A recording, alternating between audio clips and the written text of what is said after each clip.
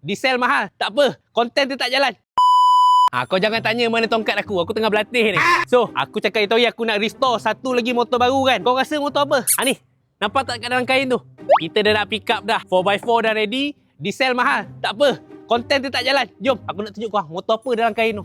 So, kalau korang nak tahu, aku sekarang ada dekat rumah nenek aku. Ni motor pertama aku bawa Masa aku tingkatan 1 dulu. Tu kau dah tahu lah. Ini mesti motor turun-temurunnya. Nak tahu tak motor apa? Motor ni biasa je. Motor klasik. C70 So motor ni elok je sebenarnya. Dia tak ada apa-apa masalah sangat. Cuma sekarang ni dia dah tersadai lama dah. Kalau kau nak tahu, KR aku dulu pun kat sini juga. Dia parking sebelah C70 ni. KR tu dah keluar dah set restore dah. Sekarang ni giliran dia pula. Kau komen lah, nak kita masuk engine Lifan ke apa ke, kau nak kita buat projek, kau bagi tahu untuk projek C70 ni, okey? Aku rasa dah tak hidup ni.